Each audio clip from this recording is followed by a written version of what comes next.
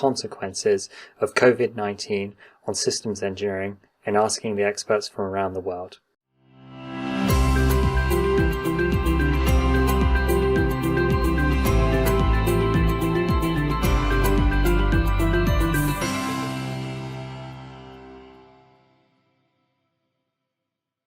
Hi guys, and welcome back to the channel. If you're new here, my name is Joshua Sutherland, and I'm a systems engineering consultant based in the UK. In this episode, we're going to be exploring the consequences of COVID-19 on systems engineering and asking the experts from around the world. For a bit of context, this movie was filmed around the first half of May 2020, and given the fast nature of the crisis, it is likely that some of the responses would change given a bit of time. But we thought it was a good idea to get the ideas flowing now, even if the dust hasn't fully settled over the crisis. Roughly the first half of the video is from experts in academia, and then the second half is in industry. However, given the nature of systems engineering, most people have a foot in both of those camps. And you'll find details and timestamps of each of the experts in the description below, so you can go back and easily rewatch a certain section just by looking at the timestamp, and also look up more details about that particular expert, visit their website, etc., etc. So just the last thing from me is to thank the various experts who made some fantastic contributions. There's Dov Dori, Bruce Cameron, Mo Mansouri, John Holt, Alan Harding, Mike Johnson, and Mohammad Chami. So signing us off is Dov Dori, and we'll then run through all the experts, and I'll see you at the end where I'll give you my answer to the question of the consequences of COVID-19 on systems engineering. See you in a bit. Hello, I'm Dov Dori, a professor at the Technion Israel Institute of Technology and a visiting professor at MIT. Socio-technical systems create a highly interdependent system of systems. The abrupt appearance of COVID-19 several months ago has underscored these interdependencies and produced many dilemmas. For example, what is the right level of closure that governments should impose on their populations? Medical experts initially pushed for the most immediate and drastic measures to curb the exponential spread of the virus. From a pure medical viewpoint, this policy made perfect sense. But its impact on domestic and international economies is so profound that it is backfiring on people's well-being because they are afraid or unable to afford medical treatment. At the longer term, what are the potential unintended consequences of COVID-19 that might be beneficial to humanity? Shutting down the air traffic, diluting public transportation, and people not commuting to work or leisure has already drastically reduced CO2 and other greenhouse gas emissions. If this decline lasts long enough, it may reduce these emissions significantly. So we should expect to see a positive effect of slowing down the global climate change, a huge and accelerating problem that humanity has been grappling with for decades. No good solution for this problem was in sight, and despite best efforts of scientists to alarm politicians and citizens about this bleak future, international agreement have failed to meet the climate change reversing challenge. Yet now, all of a sudden, we are witnessing an unplanned, abrupt, and drastic greenhouse gas emission reduction.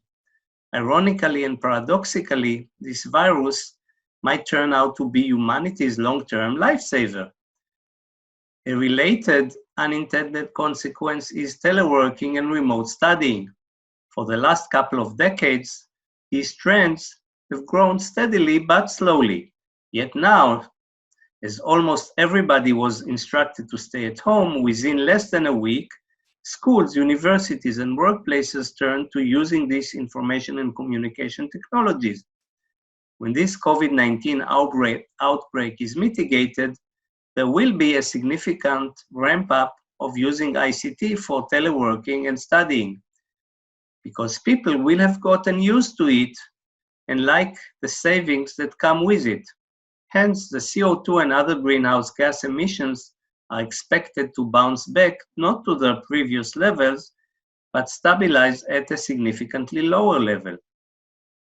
Hand in hand with direct and immediate efforts to fight COVID-19, we must employ conceptual and computational modeling and citizen science to educate the public, analyze, mitigate, and possibly take advantage of positive global effects. This is exactly where model-based systems engineering, MBSE, fits in, as it focuses on creating and simulating models of complex systems. As a major contribution to MBSE over the last 25 years, my team and I have been developing OPM, Object Process Methodology, which in 2015 became ISO 19450. OPM is a modeling and simulation language and MBSE systems design and development methodology that is up to this task. During the last couple of years, we have been working to extend OPM to include computations and simulations. Using OPM, we are helping the Chilean health services to cope with COVID-19, and in the coming months, we expect to be able to simulate complex systems and provide forecasts based on different scenarios. Hi, I'm Bruce Cameron, Director of the System Architecture Group at MIT and a co-founder of Technology Strategy Partners here in Cambridge, Massachusetts. I have three thoughts on how this global pandemic is going to influence systems engineering. And they are, it's going to change our ways of working, it's going to change our business, and hopefully it's going to give us an opportunity to use our tools for good. So, we are all living our most distributed teams ever right now. And I imagine that some organizations are excelling because of this and others are way down. There was a great saying and mentality at Applied Materials that was, we perform well in a downturn and we position ourselves to accelerate out of the downturn. I think that's a great mentality. My hope is that relatively soon we're sort of out of crisis decision-making mode and we're back into strategic decision-making around this. But specifically for systems engineering, this is going to change ways of working. So systems engineering creates focus through meetings and documentation. And just as this crisis is going to accelerate a broader transformation towards the digital economy, my hope is that it's going to give a much needed boost to working online in systems engineering. So, one anecdote around that, it's one thing to track a spreadsheet or a representation that shows which products are going to be mapped in which modules, but to have that be done as a sort of sideshow or side activity. And it's another thing entirely to trust that as a source of truth and to derive the performance specs for a given module based on here's the list of products that it's mapped to. Second, I think systems engineering is going to change our business, obviously. And frankly, I think this is a great opportunity to prune products. We've been in a really dominant bull market for many years. We've created a lot of products. Now is a time to sort of employ some much needed focus from my perspective. And we're going to need to focus our energy from a systems engineering, from a product development standpoint, going forward if we're to make the best use of our time. Now, I hope from a business perspective, it's also going to serve as a catalyst for accelerating some critical technology work, among others. Autonomy comes to mind, but that's not really clear to me yet whether that's going to have that effect or not. And last, I think that this crisis is going to give us an opportunity to use our tools for good. So contact tracing, as an example, is a classic systems engineering activity. We are aiming to be exhaustive, and we are recognizing that good enough is not good enough. So I hope that this also stimulates us to think about how else we can use this sort of mentality and mindset to bring the pandemic to an end. Hi there. My name is Mansouri, and as a faculty member of the School of Systems and Enterprises and the Director for Systems Engineering Programs at Stevens Institute of Technology, I would like to share my thoughts on how this recent pandemic is going to impact the trends of research in systems community. Concentrating on the concept and principles of resilience in systems design processes is going to be one of these changes, in my opinion. This will be to assure the capability of societal systems to absorb similar shocks of the future while keeping certain level of services and bounce back to a desired level of capacity in a shorter period of time. Another change is likely to be on governing frameworks and policy-making approaches, both in global and local levels. Societal systems will most probably strive for implementation of distributed governing systems in which neighborhoods become more prominent and the regional independence, at least for providing certain basic services, is going to be more valued.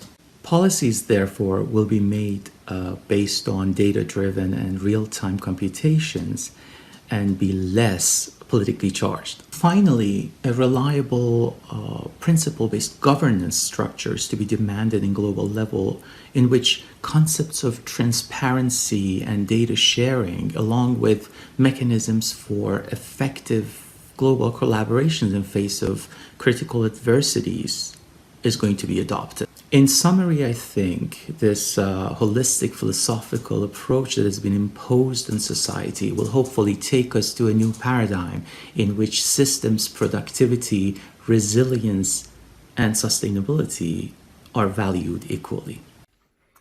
Hi, my name's John Holt, and I've been asked to comment on a global current pandemic and its impact on the world of systems engineering. The impact of COVID-19 will be long-term and far-reaching, but let's for a moment treat it as a systems problem and examine the approach that we, as a nation, have adopted. Firstly, we've been warned that a project like this was inevitable, but then actually put little, if any, effort into planning for it. When a project does come up, because we haven't considered it properly, we have an incomplete set of poorly understood needs and no idea that there's a massive pile of constraints that go along with these needs waiting for us just round the corner. The solving of these constraints, which may be more complex than the needs themselves.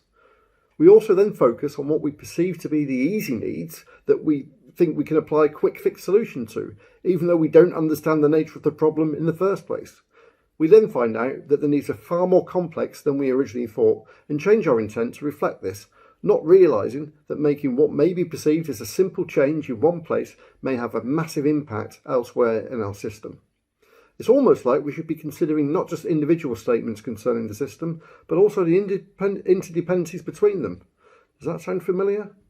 Rather than try to understand the nature of the problem based on scientific reasoning, facts and real-world constraints, we rush off and start to build partial solutions to a problem that we have no real concept of. Because of this, we can't possibly judge if we have solved the right problem, as we don't know what this is, as we never understood the need properly in the first place. These non-solutions, therefore, are underutilised because they serve no need and turn out to be largely a waste of time and effort. With these non-solutions in place, we then define performance tests that we pledge to meet to keep the stakeholders happy, rather than describing something that's actually achievable. In order to achieve the unachievable, we fluke the figures, which is easy to do, as the people measuring are the people who define the measures in the first place, by counting things twice, including things that were never in the original scope, and then shouting loudly about the success of the whole system. The operational advice that we provide for when the system is in place is inconsistent, with key authority figures contradicting not only others, but themselves. We pick and choose the science to fit our own ends, and then we actually don't follow it ourselves anyway, as we're above it. With these non-solutions, incomplete, inaccurate and conflicting advice, and unfeasible performance measures in place, based on a lack of understanding of what turned out to be a far more complex problem than we originally thought, and with no adequate way to communicate this to the stakeholders, we plunge on and decide it's time to retire the system as quickly as possible, as we decide that the economy of the system is more important than its safety or its security. In terms of management, we can't resource the system if we have spent the last 10 years eroding the number of competent staff, essential kit and infrastructure, and then act surprised when we don't have the necessary resources. Rather than funding the resources properly, we encourage people out of retirement, promote not yet qualified students to professional roles, and rely on 100-year-old war veterans to raise money to cover up for our own lack of investment in essential products and services. And then we tell everyone how great this is as long as we all chip in and work together. If COVID-19 was a systems problem, we should have applied a systems approach and had a fighting chance of meeting the essential needs, including the constraints, in a way that's manageable, demonstrable and achievable. We would have done this by applying a systemic approach to developing the complete solution and the systematic approach to delivering it successfully. As things stand, we've seen a level of incompetence that would make Wile E. Coyote blush and produce a solution that, if a first-year student had submitted as part of a systems engineering appraisal, would have seen them thrown out of their virtual university. Thanks for listening. Hello, my name's Alan Harding and I'm a systems engineer working for BAE Systems in the UK. I'm also fortunate enough to be a past president of INCOSE, the International Council on Systems Engineering. So the question put is what I think about the consequences of the COVID-19 pandemic on systems engineering. I've been thinking about that a lot while isolated in Shropshire here in England for the last 7 weeks. I wanted to talk about 3 aspects. The first of those is actually the practice of systems engineering. I think it's clear that we are going to continue to do so much more work virtually, and that really is going to highlight 2 aspects. Firstly, the need for good soft skills when collaborating with people over technical means, making sure everyone's included, that we respond to people and pick up on those cues that we would usually get in person. Secondly, I think it's going to stress the use of collaboration tools. So the move towards model-based systems engineering, the ability to have everything configured and available, will be even more important. The second aspect I wanted to talk about is the context for systems engineering. I think this pandemic will mean that people take in broader criteria. There are lots of other factors that we will need to consider, social aspects as well as technical, and things like the United Nations Sustainability Goals, I think, will continue to be even more important for us as engineers and for companies looking to realise successful systems, whether they're technological or socio-technical. The third area, I guess, is the actual systems we engineer, and I could see this going 2 ways. I hope that the shock of the pandemic and the concerns about global supply chains and national capability will mean that we look to seek resilient solutions in everything. My concern is that there could be a push to isolationism and sovereign solutions that build walls rather than build resilience, and I'm confident this would in general be the wrong approach. That all said, I think the mindset of systems engineers looking at the problem in context is a great way forward, and hopefully with systems thinking, systems engineering and working together in a professional and ethical way, we can continue to help deal with the challenges right now and what goes forwards. Thank you very much. So firstly, thank you to Joshua for giving me the opportunity to give a few points on systems engineering perspective of the response to COVID-19. One of my first thoughts was regarding the data that we've seen around a lot. We've seen it reported a lot. We've seen it very visually analysed. And of course, many decisions have been made upon the data that's been presented or modelled or analysed thereafter, with, of course, very significant consequences.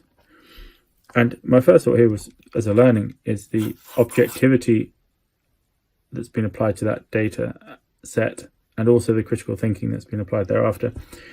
And in particular, I could see, even quite simply, neighbouring countries reporting mortality rates varying by an order of magnitude of the same illness. That sounded strange. And surely, while there are good reasons that in respect of these 2 countries individually, that they're reporting it consistently, they're not doing it together. So an alignment or standardization of such an approach to reporting, recording illnesses, deaths, etc., would seem to come into prominence here if you were going to then base our decisions thereafter on these on this data. And I don't believe an ISO standard exists yet, but this could be a consequence that comes from it, and hopefully a positive one. As well, I was thinking about how countries in their generation of policies responding to the epidemic were often quite isolated in the way that they made a policy.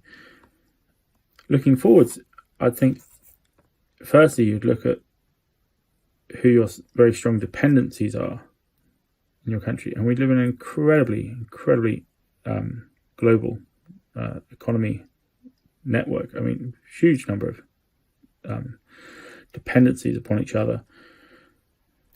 Why not first look at who your strongest dependencies are and then come together with those countries and align on policies which respect minimum impact to infrastructure and to the performance that you all require, etc. And then make your policy on an aligned basis.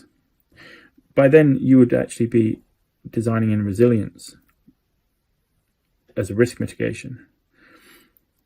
As a consequence of this, I think actually that, of this not occurring, that countries will now go forwards and start looking to design resilience into their economies, which could be in a very inefficient way. I think the optimal way would be that they would do it by policies. They may well do it by simply putting that resilience into their economies. They may well do some hybrid. They may do nothing. I don't know. But I'd hope that the optimal solution, which would be a policy perspective, would be taken up. As well, just a final thought on this. Given that about half to a third of the world is in lockdown, it's very interesting to think how this lockdown has affected other infectious diseases, which of course would be an emergence that we would presumably see probably in good data in about a year's time. Could be something interesting because that could then drive a whole other science in the future to how to deal with pandemics. Otherwise, hey, great work to everybody who's keeping the world running. God bless you all. Hello, my name is Mohammad Chami, and I'm an expert in model-based systems engineering. Thank you, Joshua, for your question, and let me use the 4 parts of the SWOT analysis diagram to answer it. First, I start with a strengths perspective to underline how some companies have been able to deal with the COVID-19. For sure, there are several factors, but the establishment of an integrated model-based toolchain enables employees to collaborate and work on their artifacts without the need to be in person at a particular place with someone else. This doesn't mean that they just bought and installed a set of tools, but indeed developed in parallel the right processes, methods, and guidelines. For sure, this strong position cannot be applied to the whole product lifecycle stages and requires additional specific applications such as the risk management models with their mitigation solutions. For example, one of my customers split their production lines into several teams to guarantee a continuous production within the 40 days quarantine period if a COVID-19 infection occurs. Others installed so many cameras on the production lines of their customers to be able to act virtually without a local presence. Second, with respect to weakness, there are enormous weak scenarios where companies were simply not ready, something like stopped production lines or even extreme reduction in products delivery, as in the aerospace or the automotive sector, was not expected at all. This is a very tragic and serious situation, and system engineering might not help with everything. The third part concerns the threats, especially focusing on the part related to the budget reduction. I know a lot of companies that had to stop already reserved budget for the long-term topics, like something like product line engineering, and use the budget instead to rescue something else. As a result of the threats, the situation has shown the importance of the digitalization. This indeed has boosted the need for digital transformation, especially in countries like here in Germany. And since MBSE is one of the major foundations for a proper digital transformation, this brings me to my 4th part regarding the opportunities.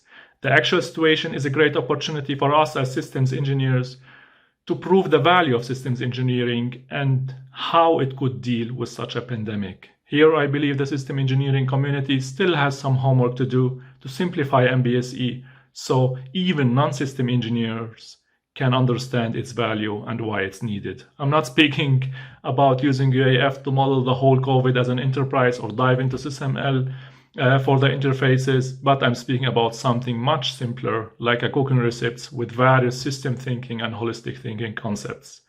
Finally, this homework might not be a result of a one-man band, but needs an orchestra team of system engineers with the right conductor. Stay healthy and take care. Okay, welcome back. Hope that you've gained new insight into the consequences of COVID-19 on systems engineering.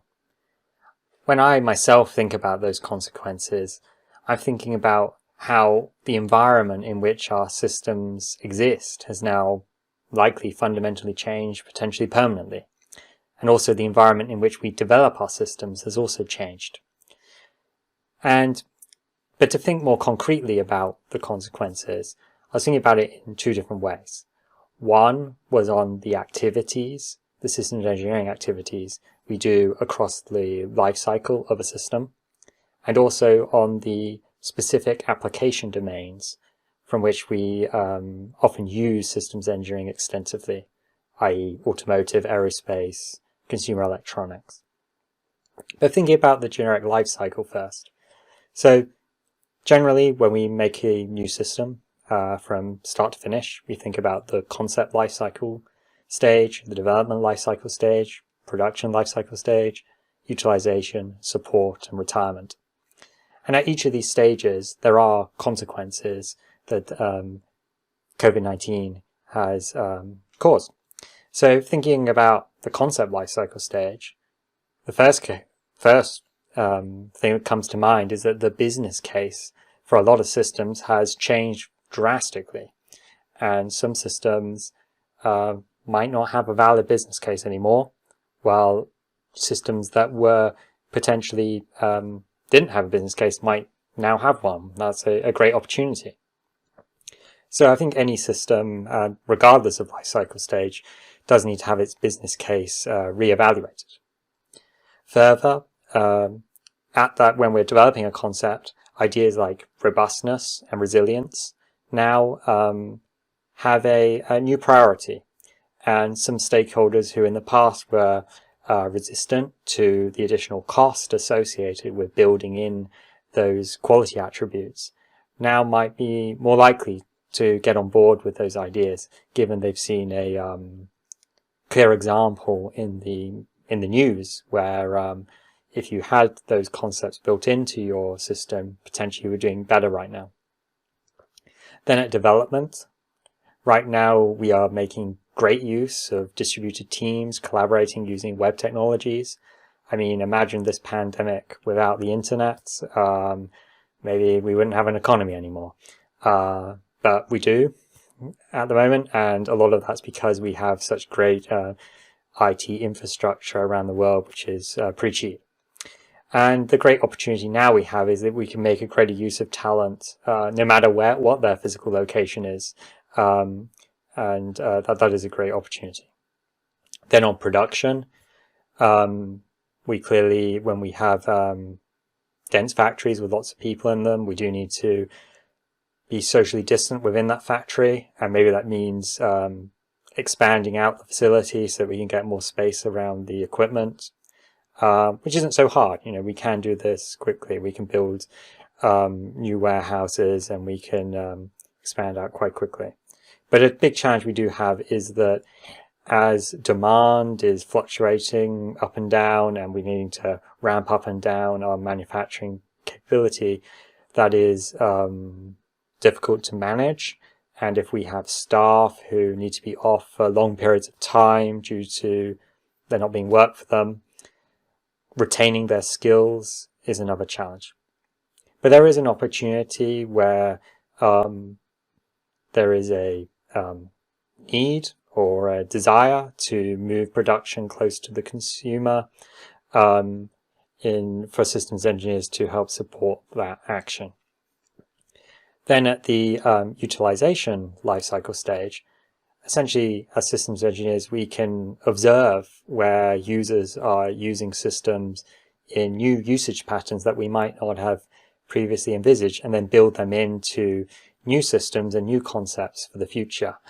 I think you can think of various web tools where people are using them for potential education or other things. They weren't really built to do that, but are handling it quite well. And maybe building a fully fledged product around that new use case is a good opportunity. Then at the support lifecycle stage, potentially if certain systems have lower financing budgets than they had in the past, or their replacement is no longer affordable, there is an opportunity to help support systems beyond their original lifespan, and making that affordable for our customers is important. And then at the retirement lifecycle stage, potentially the opposite can occur, where certain systems are needed to be taken out of service earlier than was expected due to an insufficient budget potentially to run them.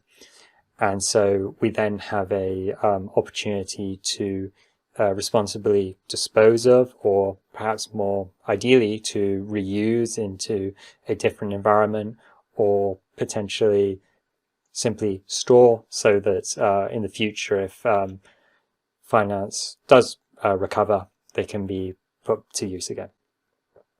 Then thinking at the individual application domains, essentially we could make a video on every single application domain, and we probably need economists and marketers within those particular domains to explain the specifics. But I think you can explore when, on your own, the consequences to any one of those application domains. You could explore, for example, potentially a shift away from public transport, whether it be buses, trains and planes, towards personal transport, cars, bicycles, motorcycles, or even to internet communication, video calls, collaboration tools. Anyway, that's my thoughts, and you've heard the thoughts of the various experts that we've had in this video. But what do you think? What are the consequences of COVID-19 on systems engineering? Let us know in the comments below. Also, if you haven't already subscribed on YouTube or your favorite podcast app, please do. There's details of all that also below. And like I said, there are timestamps for each of our experts, so you can quickly go back to any one of them if you want to hear them. And look forward to seeing you next time, and stay safe out there. Bye.